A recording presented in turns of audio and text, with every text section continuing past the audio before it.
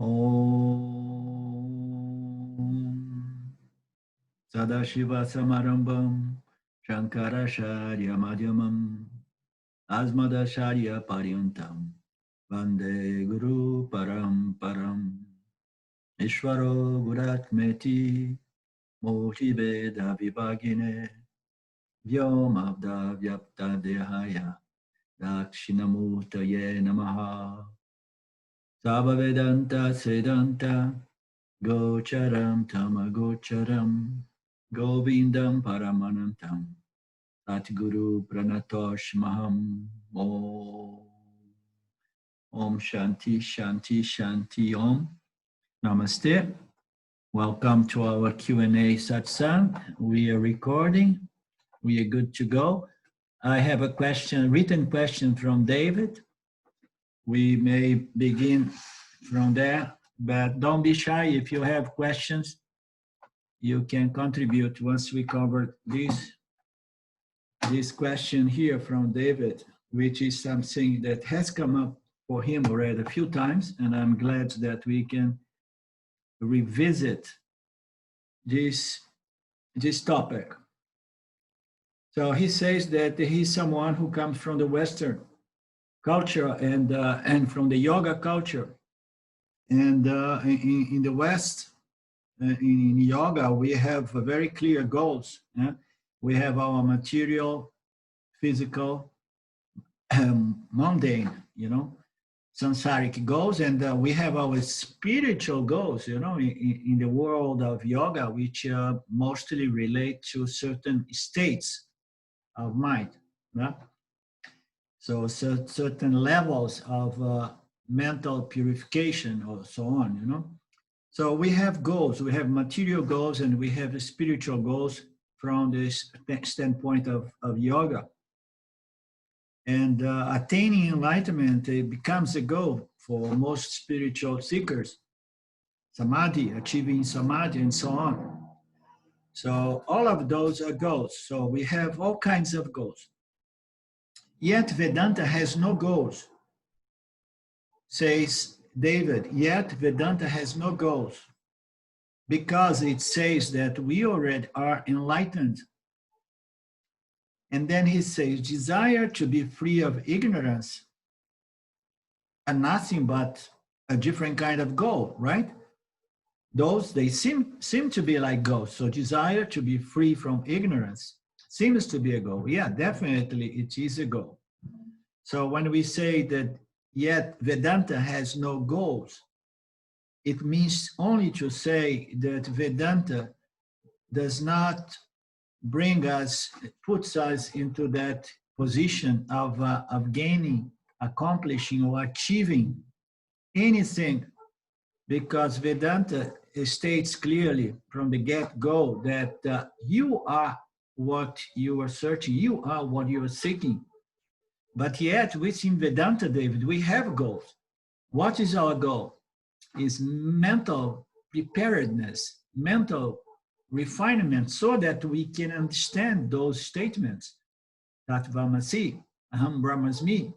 So we don't have a goal in the sense that Vedanta says, okay, anything you have done so far to accomplish your material goals and your spiritual goals, they are never going to really fulfill you. They're never going to resolve your human condition, this fundamental problem, human existential problem, which is the sense of inadequacy and incompletion.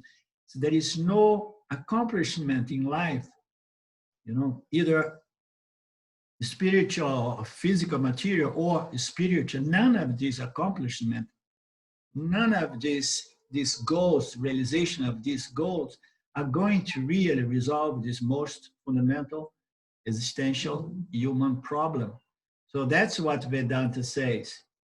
So you are what you are seeking. You are already full. You are already free, because experience does not modify you. You understand? As consciousness, of course. So Vedanta says, so there is nothing you can do that is going to produce that which you already possess, that which you already are. Nothing you can do. But there is something that you must do. And what is that? To understand these declarations, these teachings, these statements that reveals to the individual the fact that he is limitless, pure, unconcerned, ordinary, and so on, actionless, and consciousness, awareness. So the key is how to understand that. In order to understand that, the seeker of moksha must have several goals, intermediary goals, beginning from organizing our lives, creating a lifestyle which is suitable to this spiritual development of qualifications and so on. So there are a lot of intermediary goals that are going to prepare the intellect to understand that the intellect is in its true nature already full, whole, and complete, because it is limitless, all pervasive, the substratum of everything that is superimposed on consciousness, the subject conscious principle. We are. So there are goals, yes, there are goals, but none of these goals are going to free you. None of these goals are going to resolve this problem. So what is going to resolve this problem? Understanding, understanding, understanding. But this understanding is only possible once we have prepared the mind. Therefore, mental preparedness is the goal. Cultivation, development of sattva, a more and more dominance of sattva, is our primary or intermediary goal. There are more initial goals, there are intermediary goals, and there is the final goal, which is just the understanding. But what is the difference of a goal which is just a product of understanding, as opposed to the product of doing something to get the result of a certain action? Is that everything we do is going to produce an effect, a result. And if we do good actions, we're going to produce what? We're going to produce punya. You understand? And the spiritual punya, mental preparedness, mental maturity, and so on. So anything we do is going to produce an effect, a result. But we can never do an action. We can never do 1,000 actions. We cannot do 1 billion actions that is going to produce limitlessness, because all actions are limited. You understand? But we need to engage on those good spiritual actions that are going to prepare the mind. You understand? To understand. So when the mind is properly prepared, refined, and so on, and then the reflection, the contemplation, the shravana, manana, and nididhyasana becomes much more efficacious, efficient. So and then what is the result of study, reflection, contemplation, and assimilation of these statements, as opposed to the result of actions, to gain a result of actions? That a result of an action, mental or physical action, is always an experience. You understand? It's always an event. It's always an effect. But the result of contemplation, following the logic as presented by the Upanishads, does not bring an experience, but brings the understanding of one's true nature as Satya. You understand? This is direct, immediate, jnana, self-knowledge. So the result of contemplation is not an experience. Every experience is by nature bound by time. But the results of contemplation, following the logic as presented by Vedanta, to the degree that the mind is prepared, that result brings about aparoksha jnana. So it's understand of my true nature. And this understand is not an experience which is subject to beginning, middle, and end. This understand is a direct vision, direct seeing, direct revelation, that you see what you really are, which is the nature of everyone and everything. So it is, we can have a discussion and say, well, but contemplation yet is a certain sadhana. Yes, it's a certain intellectual engagement or study Okay, yes, but the result is not going to be an experience which is by nature temporal. You understand? The result of contemplation following the logic as presented by the Upanishad is going to bring what? A limitless result, not a limit result, a limitless result, because the result is the understanding of my nature as the limitlessness. It's my nature as consciousness, awareness. You understand? So it brings about a limitless result, which is not really a result, direct connect with anything I did except understanding. And we understand who we are by examining our experience following the logic of Vedanta, which serves the purpose to cancel, remove, or neutralize all those wrong notions we have about what or who we are. So we go about removing ignorance, uncovering those sheaths, those koshas, until we just shine as we are. We are consciousness. We are the light of awareness, consciousness. You understand? So this contemplation is not going to produce consciousness. That's the point here. It's going to remove those notions that prevent us to appreciate and enjoy our nature as limitless consciousness. You understand? The same way the sage passing by, he did not produce the 10th man. He said, I will produce the 10th man. But the sage did not produce the 10th man.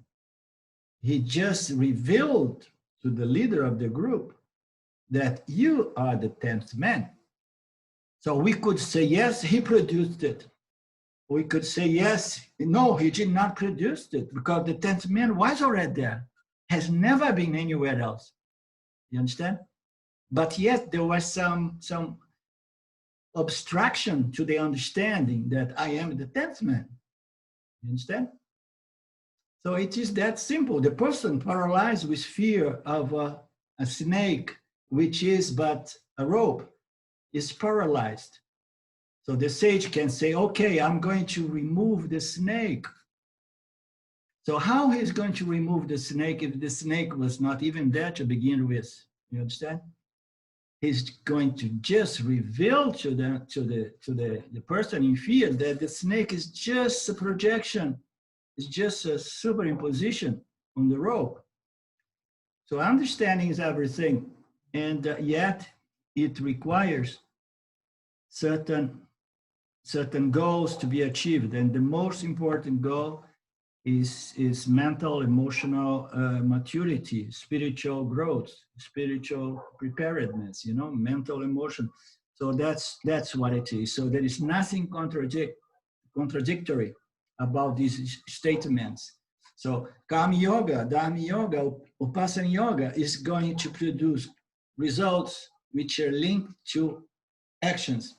Cause and effect, cause and effect, cause and effect. And we need to produce, to achieve those goals in order to develop a certain mental condition that can allow us to neutralize or cancel or remove those obstructions, that are preventing me from appreciate what is always ever present from the first day of my life, you understand?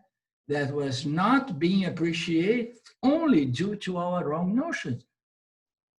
We are never going to become any better as consciousness, We are this light of consciousness. But the mind, the mental condition, the mental program, it needs to be worked so that it is fit to understand these simple statements, these simple pointers, these simple teachings, these simple analysis presented by the Upanishads. So it is that simple. And then Dave goes on to say, are goals not really desires? All the jiva mind can process and the intellect to make choice based on goals and desires? Yes. So life is about desires. And as Krishna said in the Bhagavad Gita, I am the desire not in violation with Dharma. You understand? So we live under this propelling force of vasanas, desires, actions. So we are all operated by vasanas, which are a subtle aspect of our desires and aversions, you understand? So, but let our desires, let our vasanas be in harmony with the natural laws of Ishvara, of the cosmos. You understand? So if we have good vasanas, if my desires are noble, if my desires are sattvic, if my desires are pure and dharmic, so this is a life well lived, you understand? So life is about fulfilling desire until you have the desire for. Nisargadatta Maharaj used to say something very nice. He said, okay, you're full of desires, but since you have to live with desire, have the desire for the highest. You understand? In his own way, have the desire for the highest. What is the desire he's talking about? Desire for understanding my nature as Purna. You know?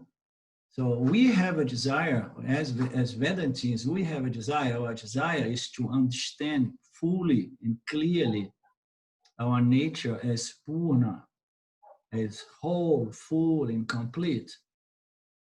You understand? So even a burning desire for freedom, which is the highest form of desire, is another goal. Yes, it's another goal. It's the ultimate goal. I want to be free from samsara. I want to be free from bondage, to be bound to objects, to all this field of actions that I relate to all these objects, and then unavoidably I develop, affections and associations. When I see I'm tied, I'm just totally bound to object. So I want to be free from object, but this is something easier said than really done. So this is the most ultimate desire for freedom, for moksha, to live in the world, but not attached to the world. You understand? To navigate, to transact in the world, but not bound to the world, so that you know that you can even be moved by your vasanas, your desires, but these desires, these vasanas, they are just for the good of the overall field, It's just like a sense of, so let the need of the total be fulfilled here rather than my need. I know I am already full, I'm complete, regardless of my life circumstance. So if I have to do an action, let it be a contribution to the field. You understand? Those are noble desires, the desires in harmony with Dharma, in harmony with the Lord Ishvara. And the ultimate desire for the seeker of moksha is called mumukshutva, which is an intense desire, a burning desire to be free from samsara. So samsara can be understood in two ways. One is I want to be free from ignorance. And the other way we can see is I want to be free from suffering, because ignorance is the root cause of suffering. You understand? So I want to be free from suffering. I want to be free from ignorance, because I understood that ignorance is the cause of my suffering. I came to this level of understanding that now I know that my suffering is all rooted in this fundamental piece of ignorance, which is the ignorance in respect to my true nature. So then I have this intense desire to free myself from suffering / ignorance, you understand? By following the teachings of Vedanta with the help of someone who can be helpful, you understand?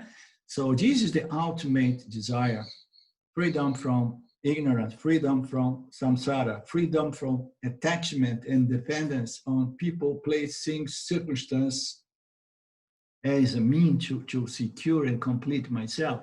So that kind of condition called samsara is the very source of our psychological suffering. You understand? But we need to come to that level of understanding so that we remain focused, addressing the fundamental cause of human suffering. You understand? Fundamental problem. So accept desires as goals, thus as mithya, Yes, you know, the desires, they are ultimately all part of Mithya, but it is in Mithya that we have the possibility. It's this Mithya intellect of the Mithya Jiva that the knowledge about one's nature as Satya can be gained. It's only through the Jiva's intellect. It's all Mithya. Ishvara, Jiva, and Jagat is Mithya. But yet, it is in the human intellect that the knowledge in respect to Satya can be obtained, realized, gained. You understand? So it's all Mithya, yeah, but we cannot throw Mithya like that, say, oh, it's all Mithya. No, because I am a phenomenon in Mithya, and unfortunately, I'm not enjoying this opportunity. Unfortunately, I'm suffering my experience. You understand? So I want to enjoy. I want to be grateful, and I want, you know, it is Mithya. So the only way is to understand one's nature is Satya, and that is only possible in Mithya, and that is only possible when we are attached to a physical body. The subtle body needs the physical body, needs the field of action. Only then we can go through this process and understand our nature as Satya. The moment that the subtle body is no longer associated to the physical body, spiritual growth, spiritual development is no longer possible. You understand? So it's all in Mithya. It's all happening in Mithya.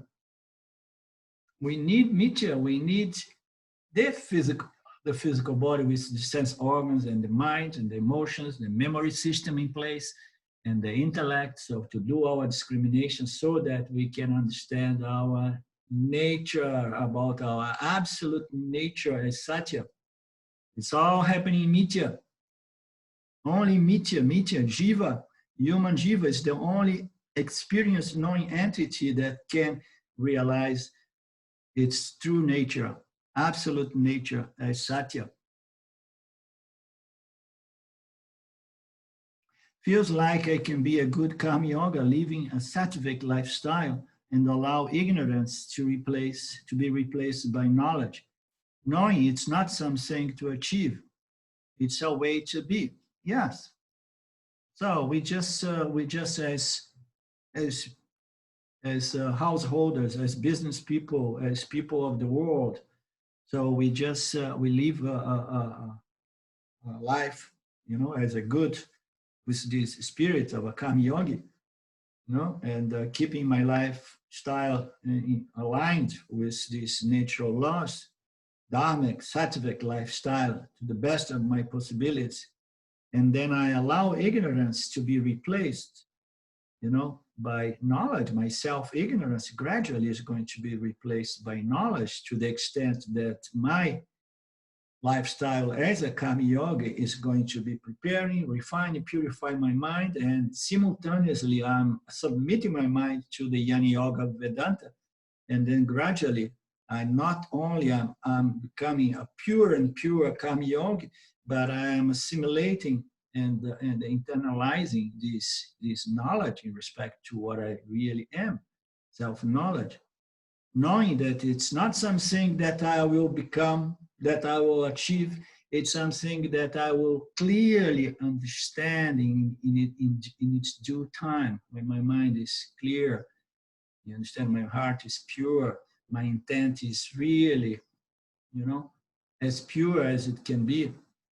And then we know, so I'm just doing my work here, my spiritual work. In due time, Yeshwara is going to free me from this ignorance, free me from this unscience, which is a byproduct of ignorance, free me from the attachment to everything that I come in contact to. I get attached. We get attached by things that we want, and we get attached by things that we hate, that we don't want. We get stick to us equally, you know. So aversion is a negative desire. It's a desire to try to avoid things, and that is all the time attaching the very thing to us, you know. We are just bound to the object either way. You know? So we want to be free from that. We want to free our minds so that it can be in that condition of shanti, of peace, of calmness, of contentment, you know, so that we can appreciate these opportunities as living creatures attached to this body with this great field of actions at our disposal. and then we just go exhausting our prarabdha karma, right? Without attachments to the physical body, without attachments to the Dharma field, to the best of our self-knowledge, you understand? And keeping this attitude of gratitude up to the last breath. Thank you, Lord. It was a life well lived. I have grown. I have realized, or I have come close to realize. You understand? I'm sure if I need another round, I'm gonna have a nice sattvic, more sattvic life, because I have put a lot of effort in my spiritual evolution, elevation, and so on. And the self, and then the last thing he says is, I have to do all of this knowing that it's not something to achieve. It's a way, it's a way, it's a lifestyle, it's a way to be. I want to be a karma yogi. I want to be grateful. I want to bring God into account and then act in harmony with God and other creatures and so on. In the end, David says, the I, the real self, is not doing anything, absolutely. Yet there is nothing in Nietzsche that is happening without the self. You understand? Without doing anything, yet nothing happens. There is no action, there is no creation, there is nothing without the self, with I, myself, this conscious, witnessing subject principle, which is always ever present without ever modified to any experience. This is what we are, this principle. You understand? So this principle is not a doer of actions. That's why it says it is a karta. It never does any action. You understand? And that's the only way we can realize our freedom, is to understand that experience does not affect us, because we do not change and we are not bound by time, because we are the eternal principle. Okay, so that gives us some material here. We could either explore a little bit more, or we could move into some other inquiry.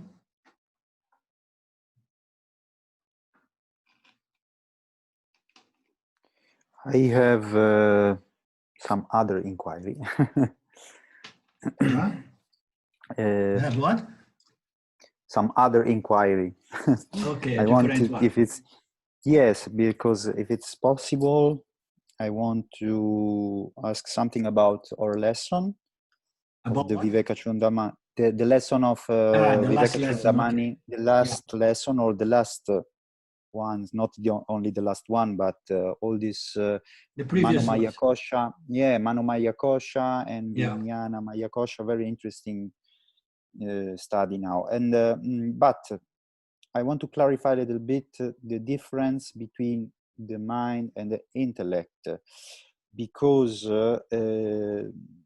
we say that the mind, his role is to, we can say that the mind is like the perceiver, no? It's like the camera has a sensor, how it's called, a camera, photo camera has, no?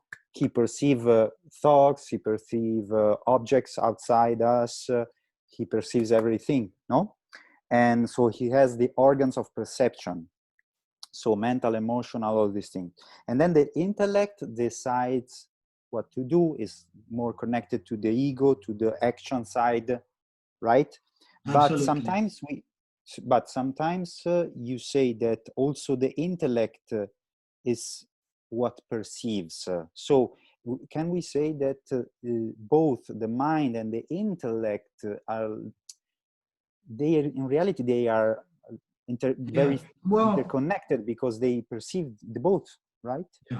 Yeah, this is a good question, and we should never be too much tight on this concept, because this is only for how you say, didactics. Yeah, I understand. because the subtle body is one single organism with different functions. When we break it down, we can find different centers, quote unquote, within the subtle body, which represents different functions.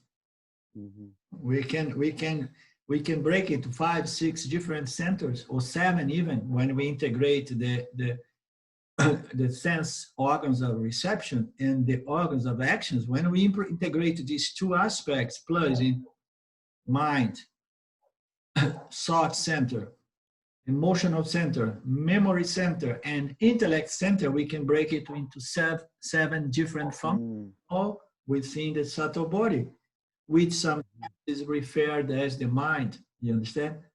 You have to see the context and what those words are pointing to. So the subtle body, more technically speaking, it has all these functions. Or in other words, the jiva, it has these functions, these properties. It's able to receive the stimulus coming from the field and how we receive it. So that's how it breaks down like that. We receive it by the mind. The mind is where our entry or connection with the field occurs, it's through the mind. So how we receive the stimulus from the thing? We receive as a thought. Everything that comes to our field of awareness, it appears as a thought. You understand? So everybody had a thought of a watch now. So everything that comes either from our subconscious mind, our vasanas, or from physical material objects, it appears as a thought. Okay? And then every thought has a feel, to itself. Every thought has a feel. You understand? So there are some thoughts / objects that are going to create a feeling like, so beautiful, I like this thought. And there are some thoughts that are going to create the opposite feeling, sensation. Say, oh, no, not again, Negative thoughts brings about what? Negative emotions, feelings, sensations. So the entry, there is the gate into the subtle body, the entry, the connection between our subtle body, our mind, overall mind, with the world goes through this function called the mind. Understand? The mind is the aspect of the bhokta, the one who receives the prarabdha karma on a moment-to-moment basis. We are receiving through the bhokta, through our sense organs of reception, perception. You understand? So it enters and appears as a thought and a feeling, emotion, sensation. And then we know that at that level, we all tend to react emotionally. And to respond to the field on that emotional base is often not the best course of action. You understand? So, and then we need to somehow receive that. And then what the mind does as well, the mind receives that and immediately starts questioning, doubting. It has a function to doubt, to question. Before that, it integrates all these 5 sense perceptions into one single experience. And then the second aspect of the mind is to question, to doubt. And now what? What am I going to do with it? How am I going to deal with it? And then the mind, quote unquote, presents that contact with the field, presents that experience to the intellect. But we have to remember that this is one single organism. It's different functions. We all know that we feel, we experience, and then there is some other aspect of our mind, of our subtle body, that reflects, discriminates, discerns the terms. So this aspect that discerns, discriminates, reflects, contemplates, and decides is connect to the other aspect of our subtle body, which is the doer. Okay? It's the doer, the doer aspect of our personality is called the karta. The karta is the doer of action, which connect to the intellect, because the intellect is the one who is going to determine what is the best, what's the best action here. So when we make up our minds, we do. And then sometimes we regret, oh my God, I wish I have not taken that course of action. I have said something that was better not to say. I have done something that was better not to be done. You understand? There is room for regret as well. The only difference that once you know the whole system, you understand this machinery, you don't beat yourself up every time you do some things that you later on say, oh, I wish I wouldn't. You understand? So it's all Ishwara. It's just this dynamic field of the subtle body in contact with the field, and this cause and effect, stimuli and response. And somehow my mind was a little bit rajasic or tamasic, and I respond. But we know that we have this intellect, and this intellect is, our higher judge. It's going to determine. So, and that is linked to the doer of the action with the karta. So we have the bhokta and we have the karta that responds. So these are functions within our mind, our subtle body. And how are we going to respond? How are we going to discern and determine what is the best course of action, for example? We're going to need what? We're going to need to go and revisit or consult our files. You understand? Our vasanas. So the impressions we have from previous experience, which are similar to this now, based on my files, I'm going to, say, okay, I have been there, I have done that, and I had these and that results. So it's time I adjust, modify my response, or I change it altogether because I'm not really getting good results. You understand? So we're going to do actions based on our past impressions. We need those impressions from our subconscious mind. There we have the tiny bits memory of everything that happened to us as small seeds, of data. So we go there. So the intellectual ability or faculty of discriminating, it involves such a refinement, you understand, so that it's not completely driven by the vasanas, but has the ability to filter the vasanas, to readjust and to say, oh, okay, no, I'm not going to No. way again. You understand? I'm not going to move in that way again. So I have a more clear understanding of how this machinery works. And now try something different. I'm going to fight against this natural force called tendency to repeat again and again the same stimuli response kind of mechanism, So we need a good intellect. We need a subtle intellect to adjust our response so that we don't go back like in a cycle, a repetitive cycle, that reinforces itself eternally. This is called the micro level. The micro, that is the jiva attached to what?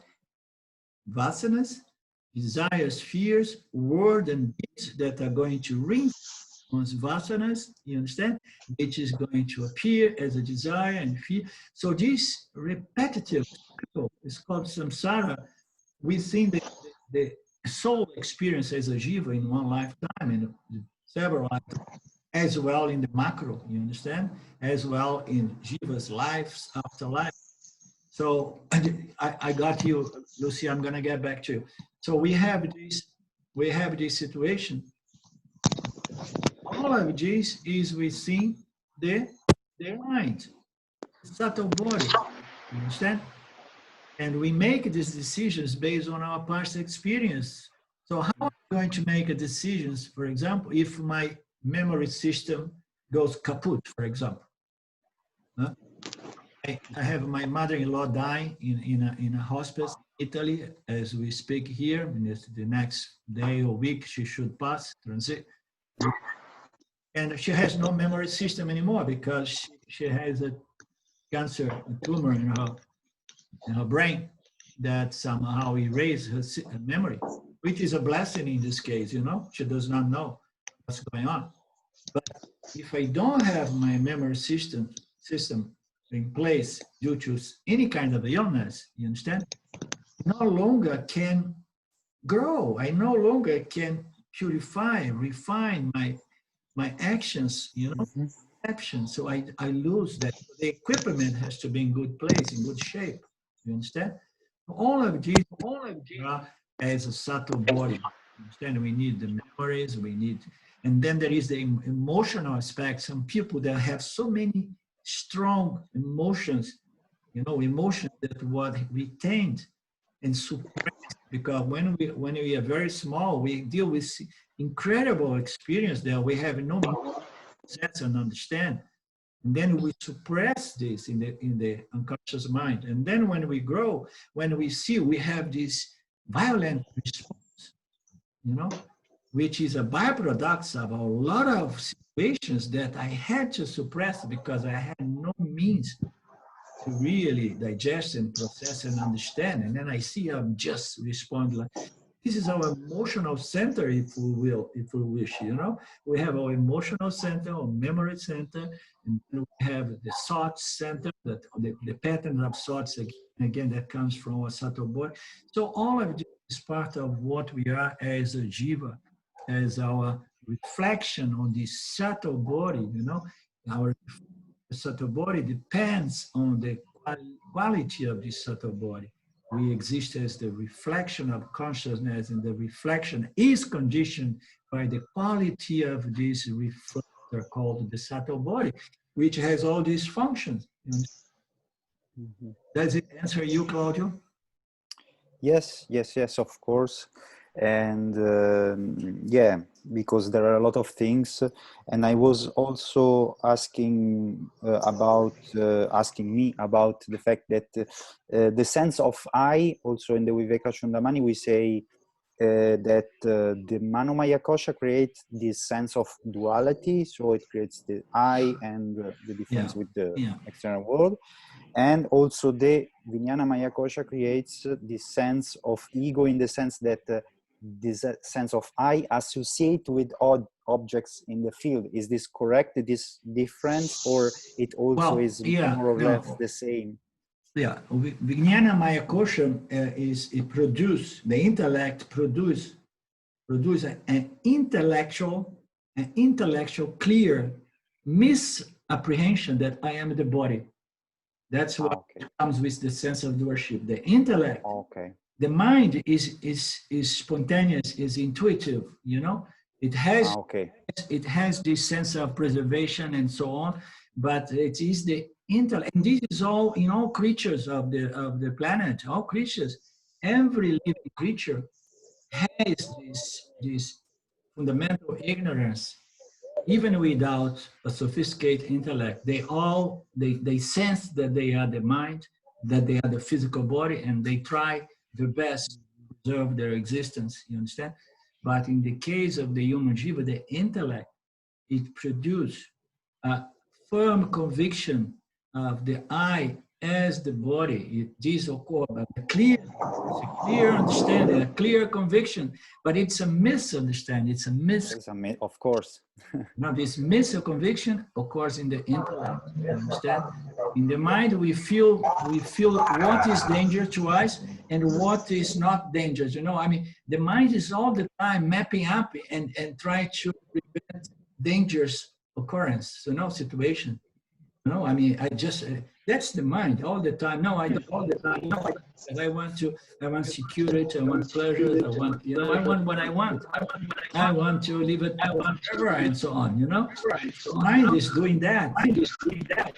The intellect is the one trying to really apprehend, misidentify with the body and say, and I am the body, I am the doer, and, I am the center of actions here and decisions and so on. It's the ego, the center of the ego. It happens around this center called the intellect. That's why the other creatures, the other animals, do not have an ego. Understand? The ego is born in this firm understand, I am the body. You understand? So the other creatures, they don't. The other creatures are victims of this ignorance. It has a different Sanskrit name. You understand? It's this universal ignorance that every creature, but in the human jiva, it becomes an intellectual misconviction of the body. Now it's clear. Thank you very much. Okay.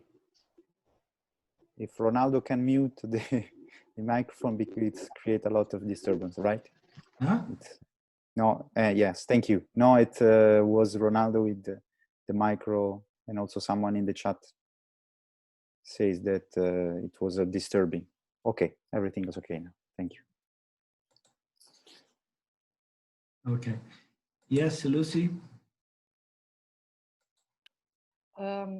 About, you were talking about before about the desires, right? There are some desires that actually are physiological needs, right? Like food and water. At least on this apparent reality, we need to eat. Of course. So how that, because it's a very fine line. Eat because you need, and eat because you want to eat. Just as an example, can be with sex, can be with alcohol, can be with, okay, alcohol you don't need actually, but anyway, can be with anything, right? It's physiological needs is something that goes more far than only a desire. Yeah. So how that works? Well, it's very simple. We experience in general, some people not as much, but in general, we experience a lot of pleasure with eating because it is some people more, some people less, but who does not like a very nice, good, well-prepared meal when you are hungry? When you are not hungry, no. But it happens that after 6, 7, 8 hours, you are hungry. And then you're physiologically, you want to eat. And if possible, you want to eat very good, tasty, and healthy food, So the health aspect is the intellect discriminating. I don't want just health, tasty food, because if I only want tasty food, I go to McDonald's. I want taste, but very nutritious and healthy food. Yeah?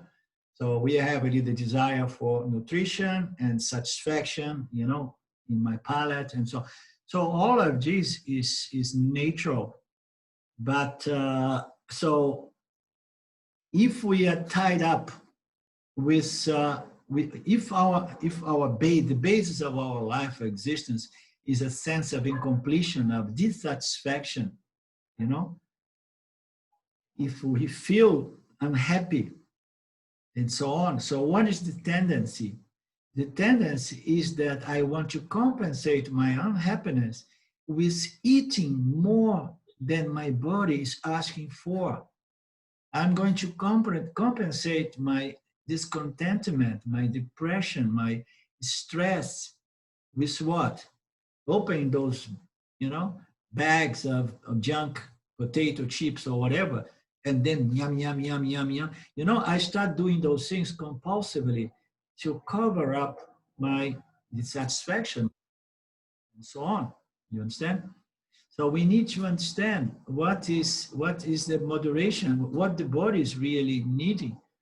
And if it's something that is associated to the natural needs of my my bodies, biology, or if it's a mental need, a desire to cover up or compensate to my sense of incompletion. I mean, you see in these movies when they show obese people, they have 200, 300 kilos or pounds. I had one in my restaurant there near Seattle that used to come. We used to give a double bed to her and her caregiver, or two caregivers, to get her from the big car and bring to our restaurant. And she was to sit there, and it was something embarrassing for us because she was not normal. She was giant. And she used to eat like 3, 4, 5 people. You understand? It was a very nice ticket. We used to make good money with her, but I was all the time embarrassed. So you think that a woman in that early age, maybe she was on her 30s, or at nearing her death, because she developed a compulsiveness or compulsion to eat, to fill up this hole of dissatisfaction, of unhappiness, just for the sake of some satisfaction that begins on the palate and later on may become something that is almost incomprehensible to most people, psychologists. How can you, after having satisfied your palate, you are still filling up, your stomach and your body is growing. Maybe the person unconsciously is trying to become limitless by developing a limitless body that grows forever. But we know that the only result is death. You understand? So why that tendency is there? Because the person is really suffering deep inside great dissatisfaction that compromises one's discrimination about the quality of what I eat and the quantity of what I eat. You understand? And I'm saying that from my own first-hand experience, because it's not by chance I had a few restaurants in my life, because I was a food lover. So I had this love for food. I used to play when I was young, because my mom and everybody said that I always overate from my early age, but I had my metabolism never allowed me to become big or obese. Instead, for somehow I was so rhetoric that I was burning and my metabolism was working for me. But I had this vasana for eating, and ended up having a few restaurants. And it took me a lifetime. I mean, it's only in the past 4 years that I have finally learned to select. I mean, mostly the selection is the moderation. I never eat anymore to the point that I feel heavy. You understand? It took me a lifetime. You understand? So such the power of certain vasanas, So much understanding discrimination, and from the medical standpoint, my doctors and this and that, and my experience of eating this or eating that. There was a period of time I used to say to my wife, I mean, my biggest problem is not really what I eat, because by now I got a good discrimination and I can avoid certain food that I know that hurt me. My biggest problem now is how much I eat. I'm still failing to stop before it was a bit too much, you understand? And then my digestion used to be weak. Now my health is so improved in the last 12 or 24 months, all because somehow, after a lifetime of effort, I got this vasana under control. And I don't eat more than what I need, and I don't touch food that hurts me. I don't touch sugars, I don't touch chocolates, I don't touch anything, alcohol anymore, anything that may affect, especially now during a pandemic, coronavirus. So our best defense is our immune system. We have to be very careful with what we put inside. Good supplements and real food, you understand? Why? Because the only defense we have against this virus is our immune system, you understand? So we need to be very, very discriminative about what we eat and the moderation and the quantities of what we eat. And that goes to every vasana. Some people, they have a vasana for sex. And then what happens? So I have such a vasana for sex that, when I'm hungry for sex, I'm going to do anything, including manipulating others, deceiving, lying, doing anything. Oh, you are the most beautiful thing I ever met in my life. You are perfect, and so on, you know. So you start playing, and then what happens? So you end up with conflicting karmas again and again because you are not being straightforward. So people with sexual vasana, I think for years I tend to tell them, like, so if you have this vasana, if this sexual vasana is too strong, because with food you are only hurting yourself, but with sex involving the other being, and you are somehow you're playing, you are manipulating, you are lying, cheating, and doing things, you know. So the best way, if you have such a vasana, is to just tell the person, hey, I need sex, can you provide it for me? That is a straightforward way, you know. I need sex, and look for someone who needs sex as well. So if you're interested, we can be sexual partners. I provide you with this kind of nutrition, and you provide me as well, but with no ties, you know. So just keeping things clear to avoid conflicting karmas, you understand? So in that, with every vasana we have, every strong desire, compulsive desire, we need to get them under control, and we need to keep an eye to see if those desires, those vasanas, they are producing mental disturbance or mental clarity, mental pacification. If makes my mind pacified and clear and sattvic, it's a good vasana, good desire. But if it is a vasana that is producing mental disturbance due to physical illness, mental confusion, conflicting karmas, and so on, and then we need to keep a special eye on those vasanas until we can, you know, get them under control. You understand? So it's very simple. So what our body needs, Ishvara is going to provide one way or the other. But what our psychological mental condition says, I need it because I feel incomplete, only you, the jiva, can look after that, you know. We need to understand that, you know, the best thing is just to want what you have already. I play that with a certain person who is very intimate to me because it's my wife. I tell her, oh my God, so just cut it to the chase. Keep it simple. You know, desire only what you have. Because if you desire what you have, your mind is at peace. You understand? Yeah. And enjoy everything that your karma brings to you because it serves a certain purpose for you to learn some lessons. You understand? So stop wanting things. And if you want something, so have a desire for something that is easily accomplished. Don't have a desire to be married to Brad Pitt or to be a billionaire or anything like that, you know?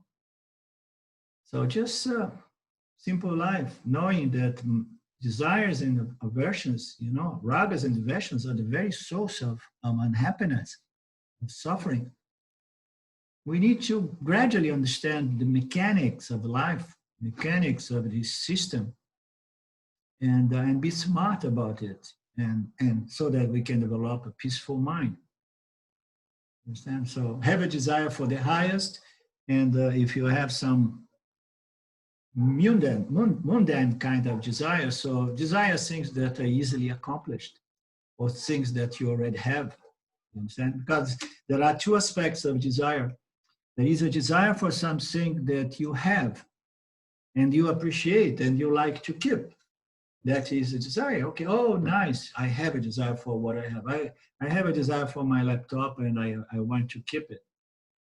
But there is a desire for things that you don't have, but you wish you would have. Those are a little bit more tricky. We need to examine. So the first desire for things that I already have is nothing but attachment.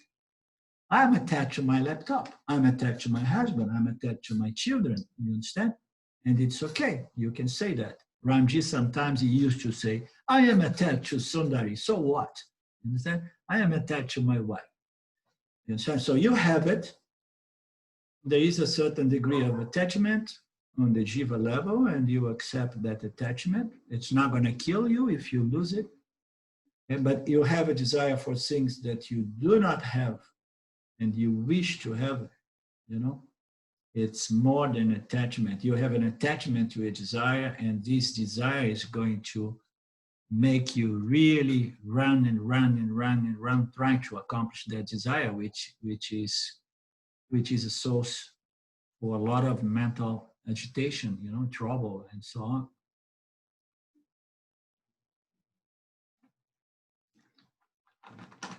I don't know if I answered your question or if I just took... Yeah, good, perfect. Was confusing if the physiological needs was just a desire or if was a real need. So it's kind of both.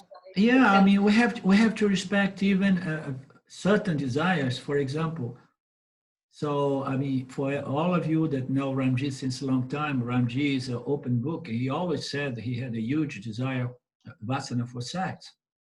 You know, and I heard Ramji saying more than once that he was already in his mid-40s and he was already self-realized, you know, for a long time.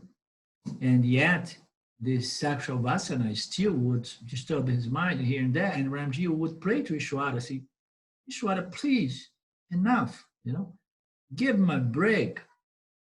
You understand?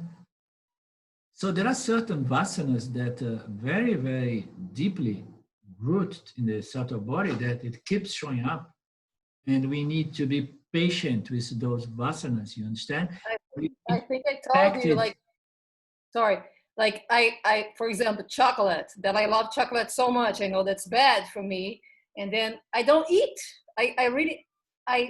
I'm fine, I don't eat, but then I wake up in the middle of the night. I don't even know that I'm going to the kitchen and take the chocolate and eat. And the next day my daughter say, you ate the whole chocolate, and I don't even remember. So that's how crazy that is, you know? That is a very simple solution I used to do earlier with my wife.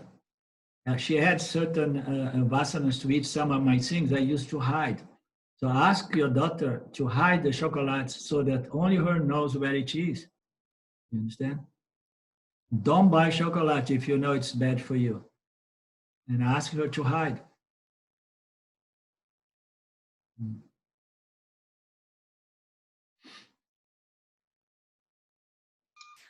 I'm going to make a comment just based upon what you said and just tie it back to what you were talking about earlier, that the questions I asked about, you know, living a lifestyle. And it really occurs to me that this mantra, you know, desire what you have, could be a mantra for living a sattvic, you know, a calm and peaceful lifestyle.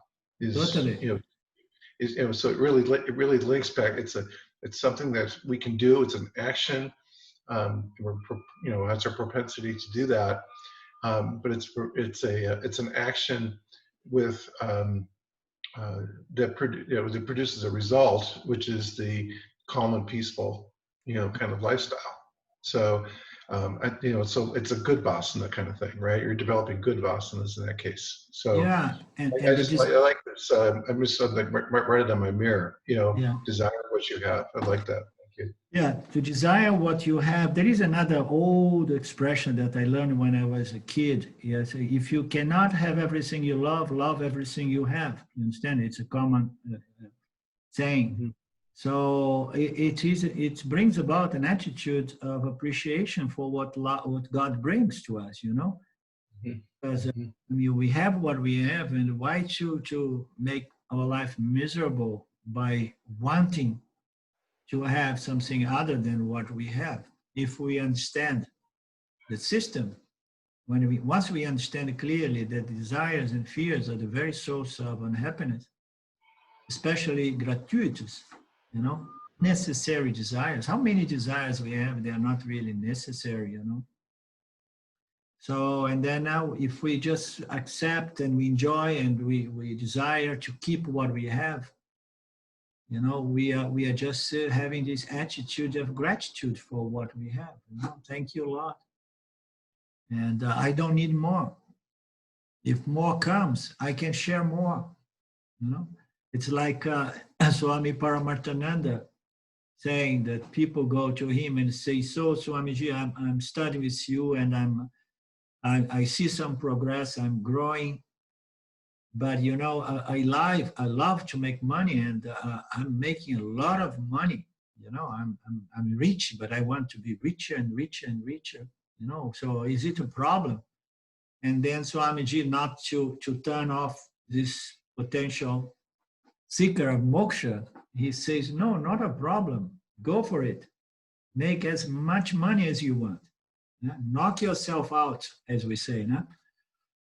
But share a lot of that money. Don't make only a lot of money, but share.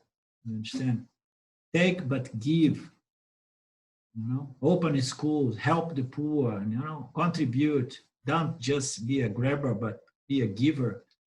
So that already puts in perspective the guy, the person. You know, you say, okay, that's okay. It's a game. I like to make a lot of money, but if I want to grow, I need to also learn to give back to the field. You know. So.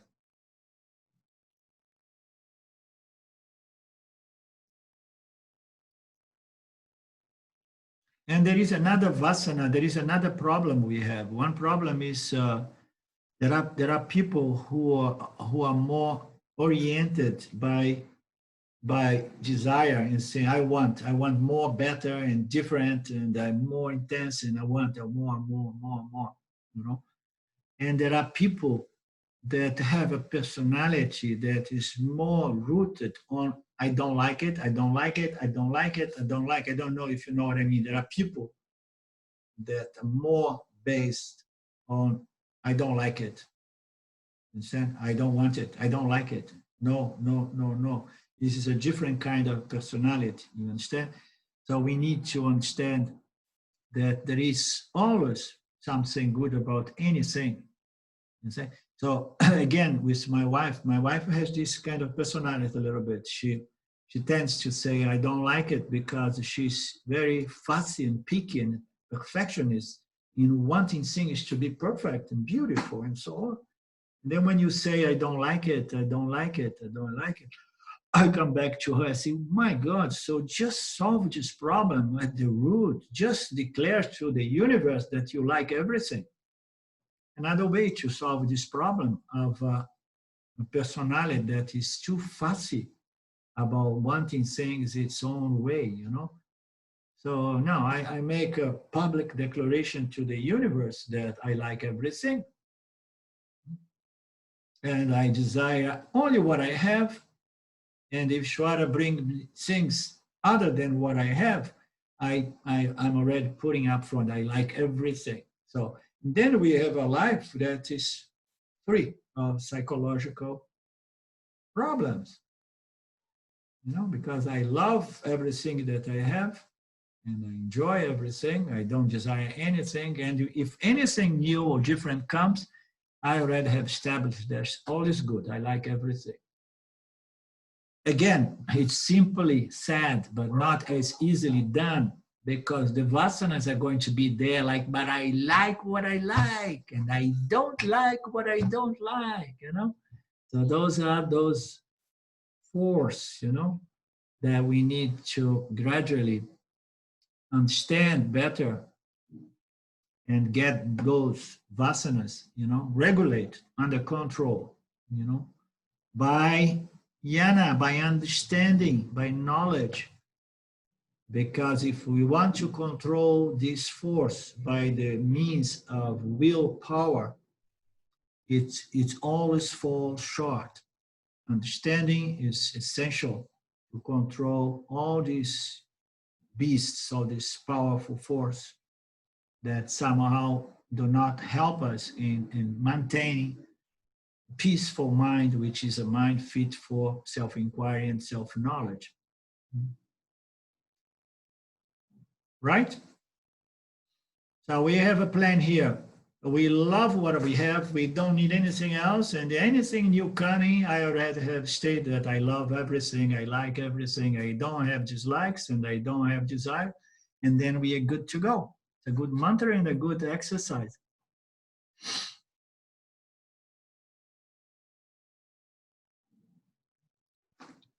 Arlindo, I have a question. I have a Please. question. So sometimes if you are very good at objectification, you have this worry that you're not involved in life and you're not responding as society expects. So is that that's sort of a fear, isn't it? Not, it's a, yeah, I don't know. It seems to happen to me a bit that I seem uninvolved, Yeah. almost to the point of being dissatisfied with that aspect of myself because I get sometimes disapproval Yeah. for that. Yeah. So it's a common common situation report, you know, because when we take this path of self-inquiry and self-knowledge, we find ourselves developing this sense of coolness in respect to people, place, things, you know. We don't have much excitement for samsara, for the objects and so on. And that can be misunderstood by most samsaris as something like, this person is maybe a little bit depressed, or is a little bit snobby, or is no longer joining us for this and joining us for that. And so in the beginning, we may feel a little bit insecure because we are still needing some of those validations and approval from our friends. But gradually we develop the strength to stand on our own paths of self-inquiry and self-knowledge, and graciously explaining people, you know, like, no, I mean, I have no problem, but, you know, I'm busy this weekend. You just keep inventing some excuse very politely, you understand? And make people, and then they are going to understand, you know, that you are vibing differently now. You want other things. I mean, there is no way around that line. I mean, our associations are going to change as we grow. We're going to gradually dissociate with tamasic, rajasic people, and gradually we're going to associate with sattvic people. We're going to dissociate from rajasic and tamasic environments, lifestyles, activities, you know, and there is another way. There's no way, and you're gonna be less involved with people and more involved with your own self, and this is beautiful. But it's the courage it comes naturally as our self-inquiry and self-knowledge develops roots, and then we are gaining this courage to stand alone, you know, against this ocean of samsara, ocean of ignorance in which everybody is crying and yelling and screaming for approval, attention, and validations, and you know, everybody is engaging one another, you know, just try to attenuate this suffering, this misery, you know, of this sense of inadequacy and completion and dissatisfaction. So you want to walk away from all of that and don't feel guilt, and stand strong. And as your knowledge grows, it becomes a piece of cake, because you're going to enjoy your aloneness instead of suffering it, you know. You're going to enjoy it, and then look for association with sattvic people involved in self-knowledge, association with teachers and scripture, and be nice with people. So you still, I mean, I'm going tomorrow. I'm traveling all the way from here to Rio de Janeiro to offer a weekend with my father and what's left of my family. It's Father's Day here in Brazil. I don't know if it's the same there. So, and I'm going to go there. I'm going to be very nice, and I'm going to be talking whatsoever they like to talk for 2 days. So we don't need to disappear completely, at least to those, with respect to those people that we have this this karmic ties, like family, close members, you know. So we play our roles, but for the rest, so just keep your energy, your mind associated with that which is conducive to liberation, you know. And you're gonna grow stronger and stronger. You're not going to feel inadequate by telling them, I'm sorry, but I have a fever tonight and I cannot join you in this so-and-so thing, you know. You're gonna understand that those are good lies. Yeah. And then slowly they will understand that you are very nice, but you are not interested in those gibberish, in those gatherings, you know. So they are going to understand.